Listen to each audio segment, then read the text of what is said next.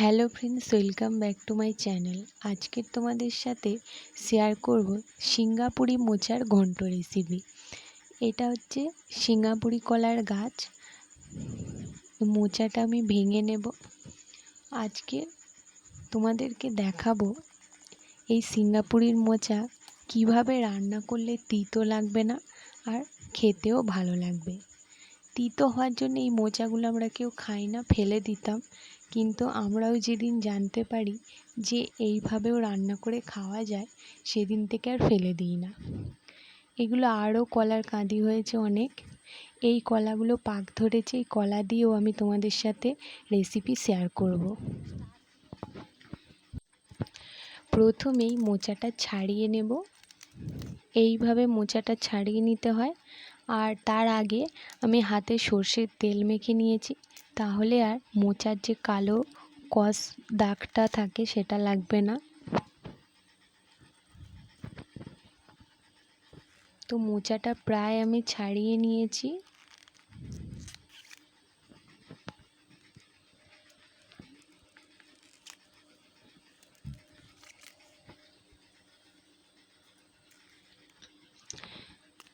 পুরো মোচাটা ছাড়িয়ে নেওয়ার পর মোচার যে এই ভেতরে নরম অংশটা, এইটাও খুব ভালো খাওয়া যায়।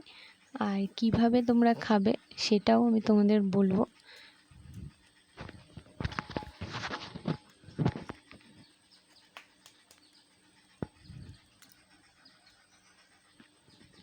মোচার মধ্যে যেই সরু কাঠির মতো অংশটা থাকে, এইটা আমি বাদ দিয়ে দেব।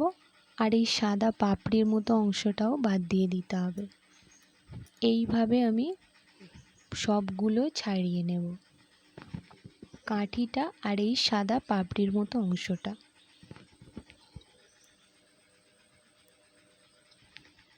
পুরো মোচাটা আমি ছাড়িয়ে নিয়েছি এইভাবে।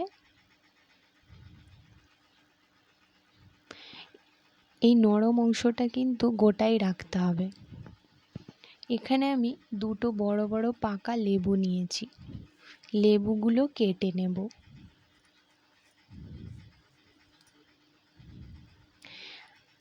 তোমরা লেবুর পরিবর্তে তেঁতুল বা আমড়া যে কোনো টক জিনিস নিতে পারো। আমার কাছে লেবুটাই ছিল, তাই আমি লেবুটা নিয়েছি। লেবুগুলো কেটে নিয়েছি, এবারে রস বের করে নেব।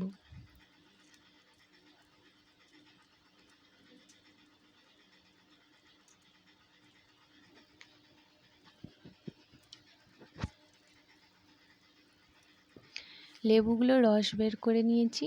এরপর এর মধ্যে 1 চামচ হলুদ গুঁড়ো দিয়ে দিলাম। হলুদটা জলের মধ্যে ভালো করে মিশিয়ে দিলাম। এবারে মোচাটা ছোট ছোট করে কেটে নেব।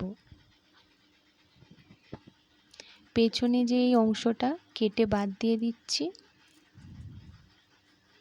এরপর ছোট ছোট করে পুরো মোচাটা কেটে ফেলব। মোচাটা কেটে নিয়েছি। এটাকে সারা রাত এভাবে ভিজিয়ে রেখে দিতে হবে। এই নরম অংশটাও আমি রেখে দিলাম।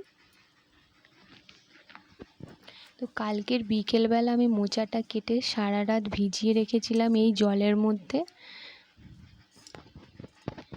এখানে আমি 2 টুকরো আদা নিয়েছি আর 1 চামচের মতো গোটা জিরে, এটা বেটে নেব। এরপর কড়াতে জল দিয়ে দিলাম।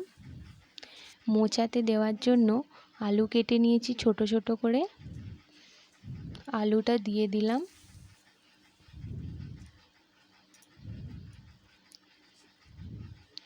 মোচাটাও এর মধ্যে দিয়ে দেব।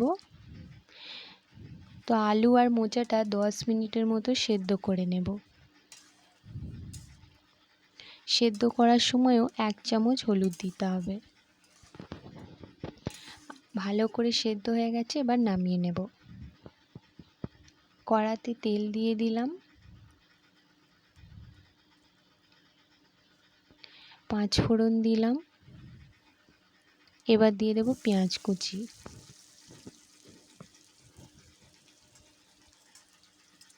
পেঁয়াজটা একটু ভেজে নেব।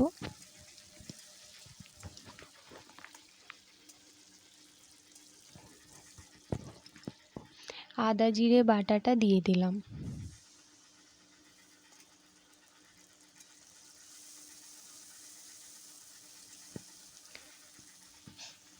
এবার দিয়ে দেব লবণ, হলুদ গুঁড়ো, 2 চামচ মতো লঙ্কার গুঁড়ো। মশলাটা একটু কষিয়ে নেব।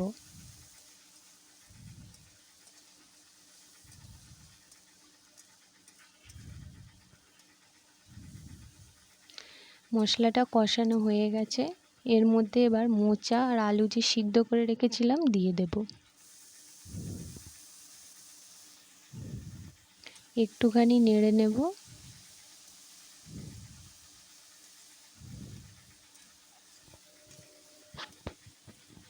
সব কিছু ভালো করে মিশে গেছে একসাথে। এবারে 1 চামচ চিনি দিয়ে দিলাম।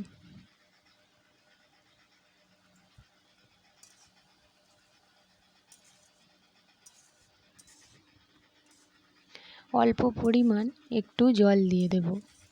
মোচা আলুটা আগে থেকেই সেদ্ধ করা আছে, তাই আমি অল্প করেই জল দিলাম।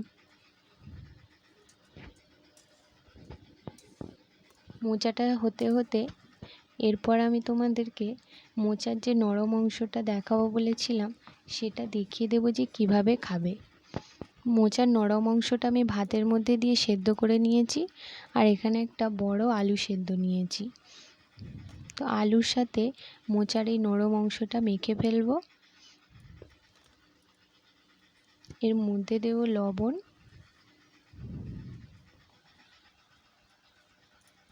সর্ষের তেল,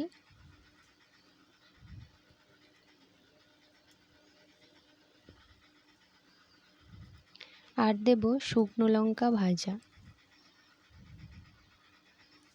ভালো করে মেখে নেব। এই ভাতেটা খেতেও দারুণ লাগে, কিন্তু একটু হয়তো তিতো লাগতে পারে, কারণ এই গোটা অংশটা তো আমরা কেটে নিইনি, আর এটা গোটা অবস্থাতেই সেদ্ধ করেছি, সেই জন্য একটু হয়তো তেতো লাগতে পারে, কিন্তু খেতে খুবই ভালো লাগবে। খেতে পারবেন, এতটাও তিতো লাগবে না।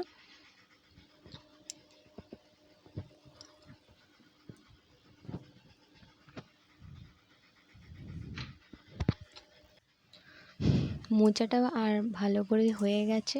এবার আমি একটা গ্লাসে দিয়ে আলুগুলো ভেঙে দেব। আলুগুলো ভেঙে দিলেই ঘন্টটা খেতে ভালো লাগবে। এর মধ্যে তোমরা চিংড়ি মাছ দিয়েও করতে পারো, খেতে আরও ভালো লাগবে। এবার এটা নামিয়ে নেব, হয়ে গেছে।